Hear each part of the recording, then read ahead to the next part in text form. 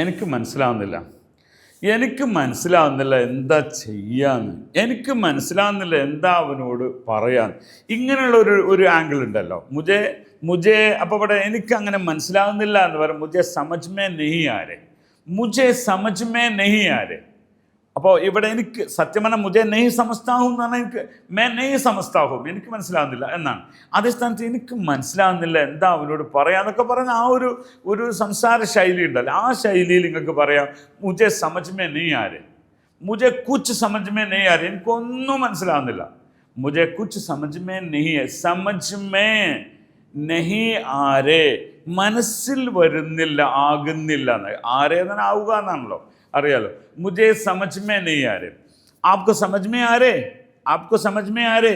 നിനക്ക് മനസ്സിലാവുന്നുണ്ടോ എന്ന് ചോദിക്കാം. आप समझते हैं तुम? क्यों नहीं समझते? कितना बार मैंने बताया तुमको, लेकिन क्या नहीं समझते तुम? समझो भाई. സംജോ എന്ന് പറഞ്ഞാൽ മനസ്സിലാകാന്ന്. അപ്പം ഞാൻ ആദ്യം പറഞ്ഞ ആംഗിളാണ് ഈ ക്ലാസ്സിലെ പ്രധാന പോയിന്റ്. ഏതാണ്? മുझे समझ में नहीं आ रहे. എനിക്കൊന്നും മനസ്സിലാവുന്നില്ല. ഈ ഒരു ആംഗിളിൽ പറയാനാണ് സമജ് മേ നഹീ ആരെ എന്ന് പറയാം. അതേ സ്ഥാനത്ത് ഞാൻ മനസ്സിലാക്കി. സംജോ ഭായി, ക്യാ സംജോ, മനസ്സിലാക്കി കൊടുക്കൂ എന്നാണ്. സംജാവോ, തോടസാ ഔർ ഭി ബാത് ബോൽ കെ മുझे സംജാവോ, ഔർ ഭി പതാ കെ മുझे സംജാവോ. ഒന്നുകൂടി പറഞ്ഞിട്ട് എനിക്ക് മനസ്സിലാക്കി തന്നൂടെ. സംജാവോ യാർ, സംജാനാ ഉൻകോ ठीक से, ഉൻകോ സഹി സംജാനാ ഹെ. അവർ നന്നായി മനസ്സിലാക്കണം. അതൊക്കെ ഇതിൻ്റെ ആംഗിളുകളാണ് വ്യത്യസ്തം.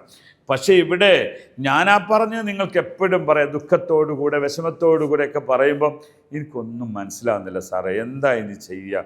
പതാ നഹീ ഹെ മുझे, കുച്ച് സമജ് മേ നഹീ ആ രേ, ക്യാ കറൂം मैं क्या करूँ, मुझे कुछ समझ में नहीं आ रहे. എനിക്കറിയില്ല ഞാൻ എന്താ ചെയ്യുക, എനിക്കൊന്നും മനസ്സിലാകുന്നില്ല. ഈ ഒരു ആംഗിൾ നിങ്ങൾക്ക് മനസ്സിലായില്ലേ? അങ്ങനെ തന്നെ നിങ്ങൾ പറഞ്ഞാൽ ആ ഒരു ഇമോഷണൽ രീതി നിങ്ങൾക്ക് അതിൽ കിട്ടും. ഓക്കെ, ധന്യവാദ്, ബഹുത് ശുക്രിയ.